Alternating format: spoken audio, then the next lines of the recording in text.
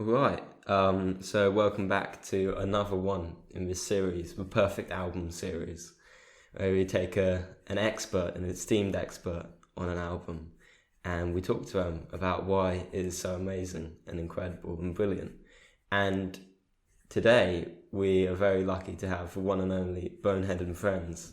Yeah, the esteemed expert couldn't make it. Yeah, yeah. So we just had to settle for this guy, but I'm sure you enjoy it. And we are going to be talking about Definitely Maybe. It's a little known album. You probably haven't heard of it, but I'm sure you'll be able to learn a lot.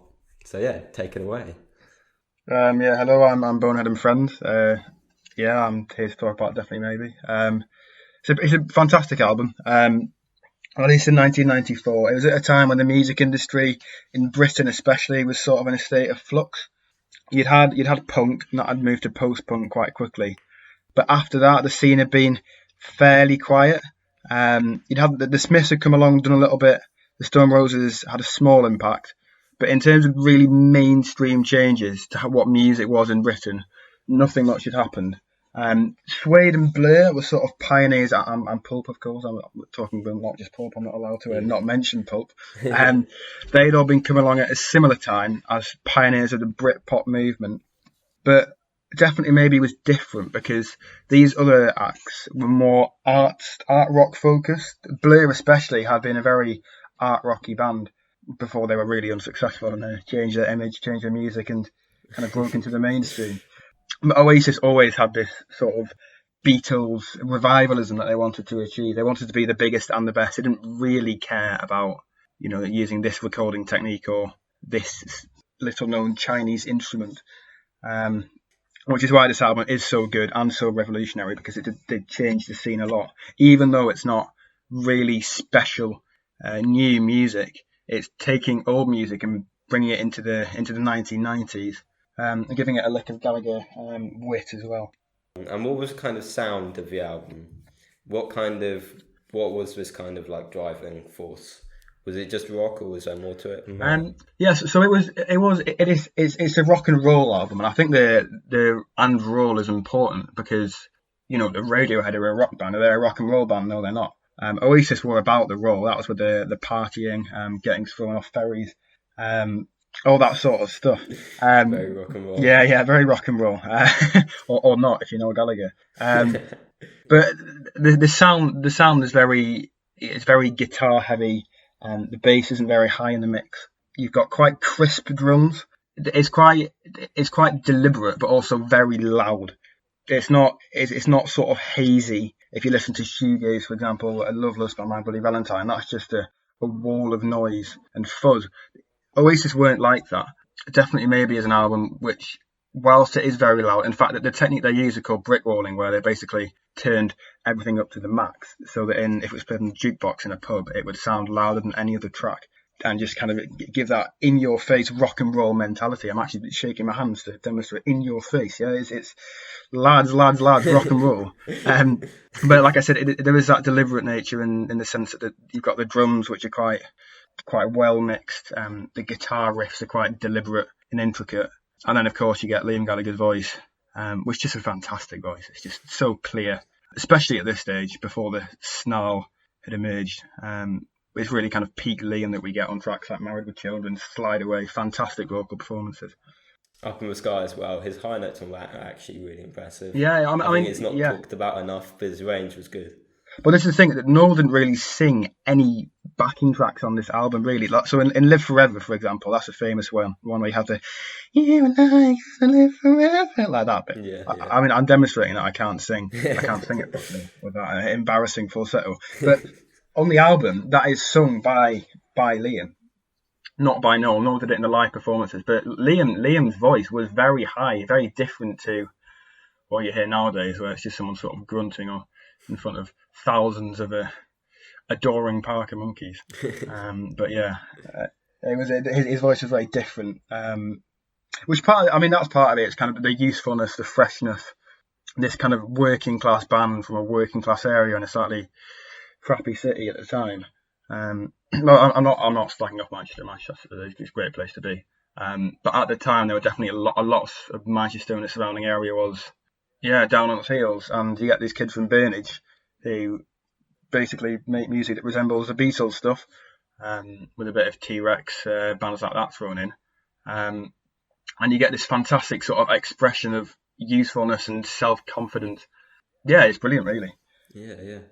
All right, yeah, no, that is a good dissection of it, and as its like importance as an album, what would you say like in terms of like a cultural impact did it have? Was it this idea of like putting like Manchester and rock music back on the map again, or was it kind of yeah? What was it about really?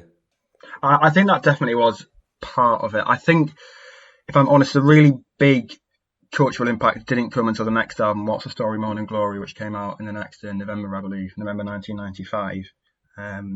It was, no, it was October actually, because Oh, I'm sorry that's about fine. that. It's fine. It's close enough.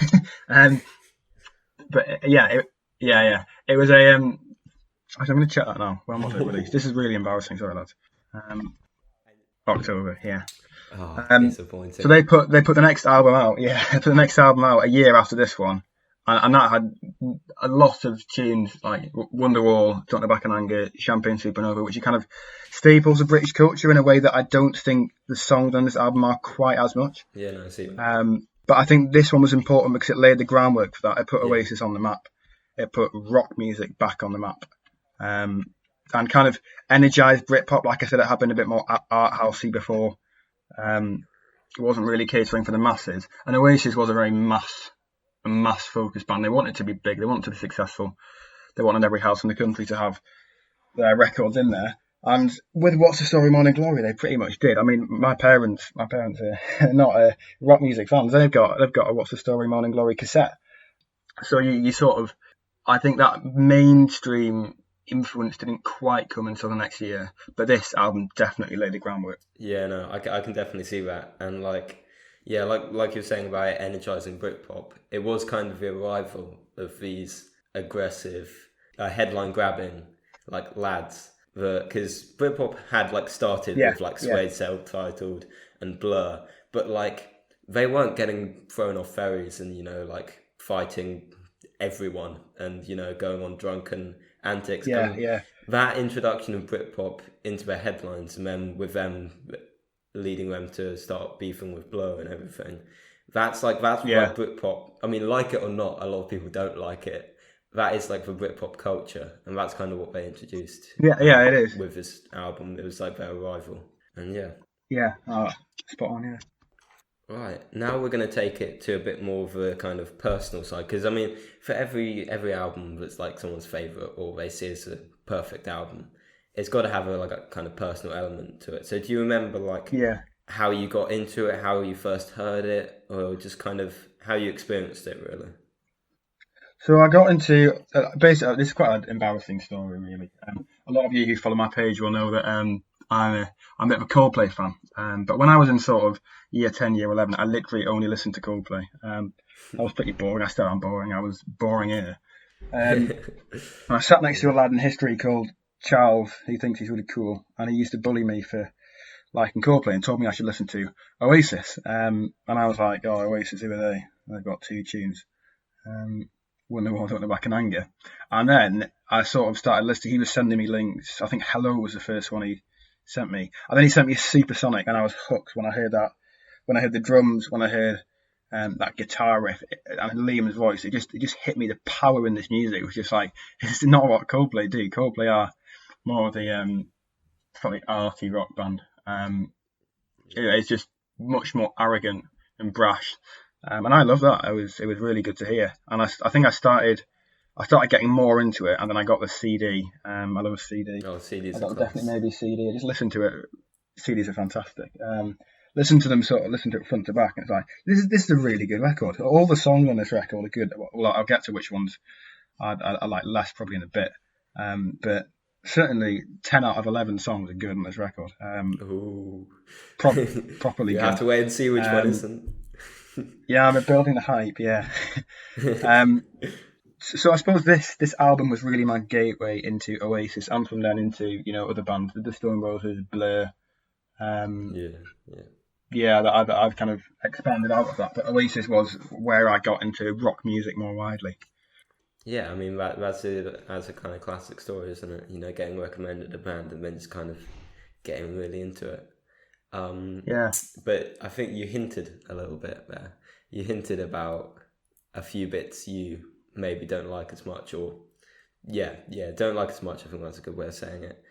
Yeah. So, Yeah. what kind of bits of it are you not so hot on?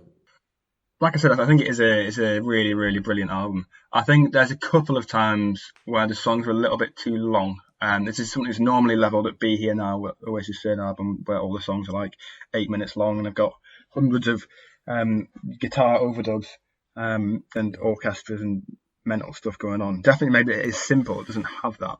But some of the songs do drag a little bit. Shake and Make It, a little bit too long. Um, Rock and Roll Star, even that's a little bit too long, maybe. Up in the Sky drags a bit, but after the first sort of four songs, it's like perfection from then on. You just get, I mean, there's a range of, you get sort of psychedelic rock with Columbia, you get punk with Bring It On Down, you get the best love song ever written in Slide Away. That's quite a hard one to quote in conversation, isn't it? Slide Away. I've never ever said that in my life. What does it even mean? Yeah. Um, Oh, that's a classic Noel Gallagher. Could mean anything. Yeah, but I think that apart from some of the songs being a little bit overlong and sometimes they can get a bit boring, like Shaking Me goes on for like 6 minutes or something, or 5 6 minutes, too long in my book. Yeah. Um, but apart from that, they're good and they're fast paced. And if you watch like their live shows and they play them faster, and that's fantastic to see this energy and sort of power coming off the music, because it's been said in comments before, but you've got these five blokes kind of standing on the stage just pretty much absolutely still whilst there's this massive wall of sound crashing down, which is quite a powerful statement, really. They just don't care, even though everyone in the crowd's like going mental. The band themselves aren't jumping around and dancing again like Chris Martin out of Coldplay. I love the man, but it's a different sort of music. Oh yeah, definitely, definitely. And I think watching, I think it was Glastonbury '94. That gig, Yeah, that is so incredible. Just like them, just like blasting out the tunes, and you can just see the crowd just absolutely like losing it.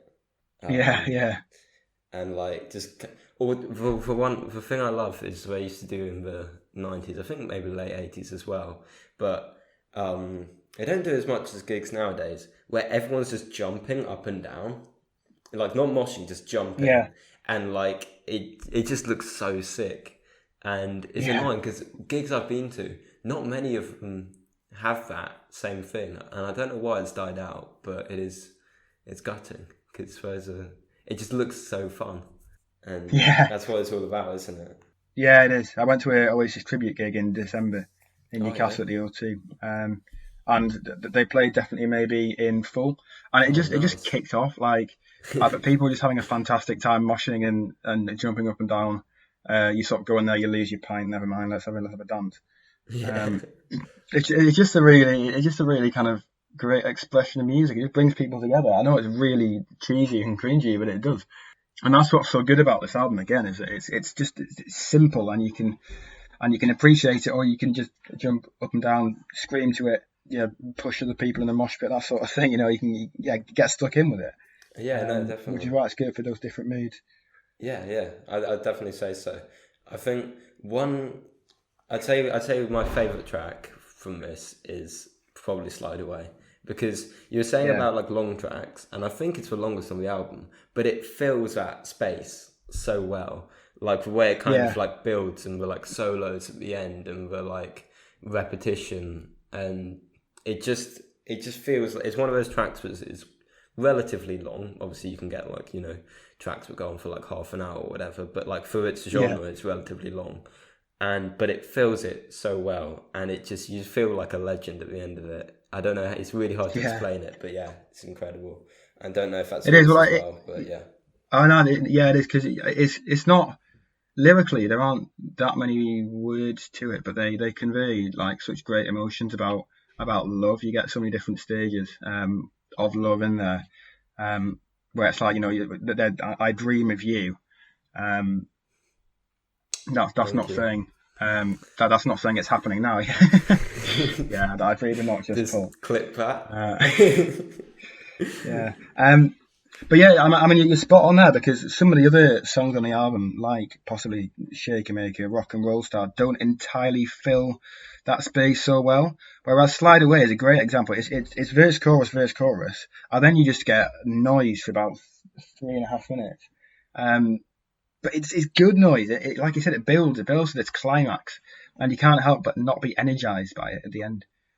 Oh yeah, definitely, definitely. No, and it's sick. And I'd say probably the one thing that irks me like about this album the most, obviously I love it, but this one always irritates me, is the fact that Slide Away is then followed by Married with Children, and that always irritates. I don't know if it irritates you as well, because I finished Slide Away and I feel like a complete like legend, and I'm just like, yes, rock and roll, rock and roll, rock and roll. This is amazing.